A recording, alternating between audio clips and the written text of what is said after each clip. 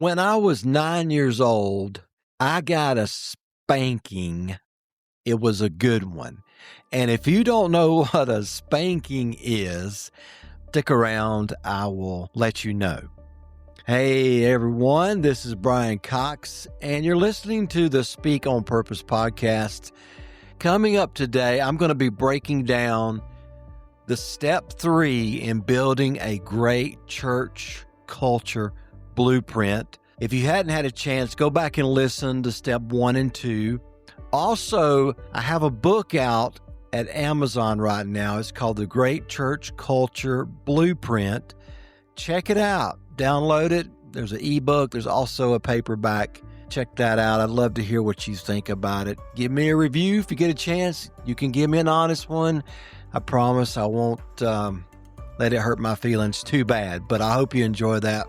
Let's jump right in today, and I hope this has been helpful to you as a pastor, as a leader, maybe even a volunteer, wherever you are in ministry, maybe at work, any team building you're doing, maybe you're a coach. Wherever you are today, I think this can help you to drive a good culture for your environment, for your team, for your church. What does that look like? And does it matter? I have found this to be so important. And most of us as leaders, we tend to just push it off. We don't think about it too much. But I wanted to help you, dive into it, to open your eyes to what a culture can mean for your experience in your team, and as a leader, how important it really is. I've been watching March Madness some and watching these incredible basketball teams that are coached so well. And I love to sit in that locker room and just hear, the culture. What is driving that? What is driving that determination to win? What is it about those teams that make a difference? And I promise you, it's a culture that the coach sets, that the leaders on the team set. There's certain things they do. Be on time, practice hard. All those things matter to build a great team. We had our first point. Step 1 was read the room. Go back and listen to that. Step 2, what was step 2? I'm drawing a blank here. Okay. Step 2 is writing the recipe. I don't know if it's my age or what happened. I wrote a book about this and I could not remember. Step 2 is write it down. Write what you want to happen and put it down on paper. The commandments, we called it, the culture commandments. And as I break this down, I want you to think about this statement. A child is often a reflection of the parent. Do you agree or disagree? Think about that. Before you answer, let's take a look back for a minute.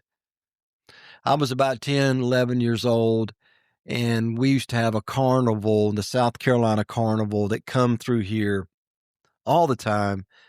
And we would go and we'd hang out, eat corn dogs and cotton candy, and we'd ride all the rides we could. I remember walking into this building one time, and it was what I would call a house of mirrors, where you'd walk in. You've probably seen this on vacation somewhere. I know it's at the beach, Myrtle Beach. They used to have this, but we'd walk in and they had all these different size mirrors, and you would look in the mirror, and one would make you look like you're 300 pounds. One would make you look like you're 2 feet tall. One would make you look like you're Stretch Armstrong. That's from the 80s, if you don't know that. Everywhere you turn, you would see a different version of you. And as funny as that was, it stuck with me that people reflect what they see in their leaders. Most often, we reflect what we see. We can tell our kids all day long, do this, do this, do this, but what they're going to do eventually is they're going to act like you. That's scary, isn't it? To know your kids are going to have your character and say the things you say. What are you saying? How are you living? Because culture is not just announced, it's absorbed. I remember it like it was yesterday. I was in the 4th grade, and I had been cussing. And I had a great friend, Sean. If you're listening to this, I'm not mad at you, I promise. But we would talk after school, and I'd just start cussing. I don't even know what I was saying. Honestly, I don't think I understood what that meant. I just said it because it was cool. And so my friend went home and he told his mom. Guess what moms do? His mom went and told my mom. And the next thing you know, my mom's asking me, "What are you doing? I hear you're cussing at school." I don't remember if I lied and tried to get out of it. I probably did. There was no way out of it. And she asked me this question. She says, "Where did you hear those words?" And I hesitated for a minute because I knew the answer. And I just said it. I said, "I heard Daddy saying it in the car the other day." Now, I knew it was wrong, but I said it anyway. She said, "Why did you say it?" "Well, Daddy was saying it.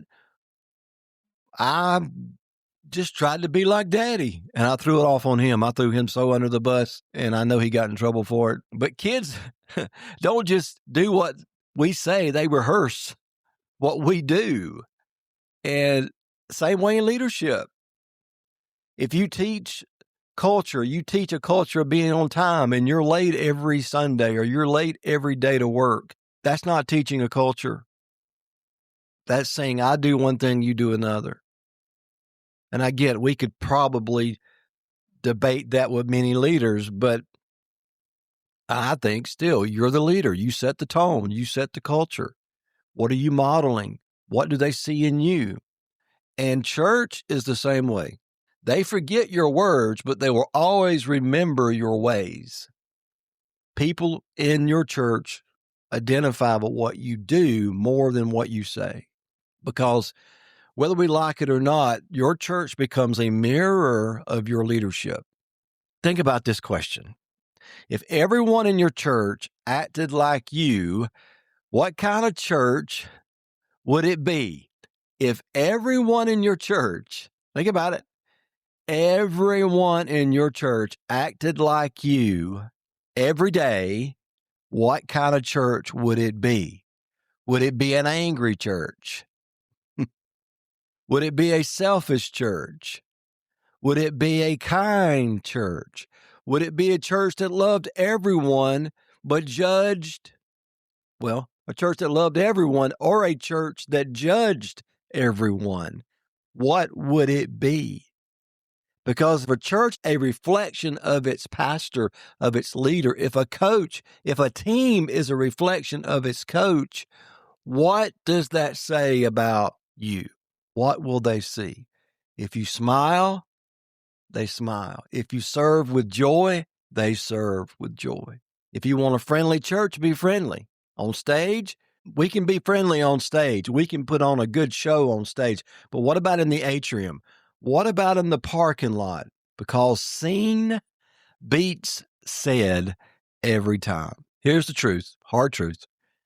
As a pastor or leader, you are the number one culture leader. If you don't define it, the loudest personality will. I know this. I've seen it happen. You can't hide in your green room. That doesn't work. And many pastors I know in large churches, that's difficult. I get that. You've got to find a way to be an influence in your church other than on a stage with a microphone. And if you feel differently about it, please comment. Please email me. I'd love to talk about it. And if you're a pastor, I just want to throw this out there. I'm getting ready to start doing some different things with the channel, and we're going to interview some people coming in.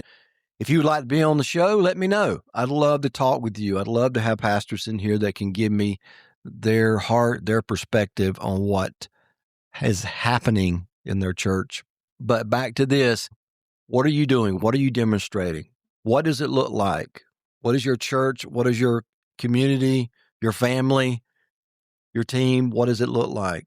Most often it looks like you, because what we live, how we act is how we create culture. The culture of your church is a reflection of what you consistently say and do. So don't just preach it, model it. Because if you don't drive culture, it will drive you, I promise. That's step 3. So go back and listen to step 1 and step 2. And if you get a chance, go to speakonpurposepodcast.com. If you want to evaluate your church culture, I have this awesome 6-page culture score. So you can get with your team and y'all can ask some questions and you can figure out what your score is. What does it look like for your team, your church? How are we doing? And it gives you a good little baseline to know where to start and how to move things in the right direction. So check that out. And again, thank you for listening, and we'll see you again next week.